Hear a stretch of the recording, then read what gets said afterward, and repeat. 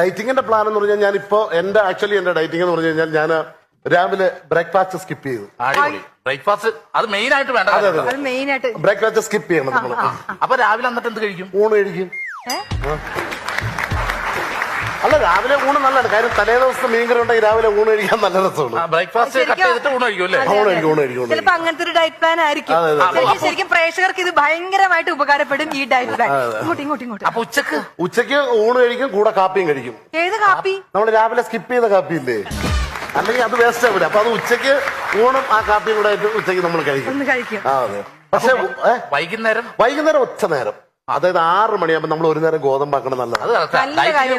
രാവിലെ ഊണ്, ഉച്ചക്ക് ഊണും കാപ്പിയും, അപ്പൊ പിന്നെ വൈകിട്ട് ഗോതമ്പ് എന്ന് പറഞ്ഞാൽ 2 ചപ്പാത്തിയെ കഴിക്കും. വൈകിട്ട് 2 ചപ്പാത്തി. കാര്യം 2 ചപ്പാത്തിയെ നമ്മൾ കഴിക്കാം. കാര്യം 7:30 നമുക്ക് വീണ്ടും ഉണ്ണാവുള്ളതല്ലേ. കാര്യം അപ്പൊ കൂടുതൽ ചപ്പാത്തി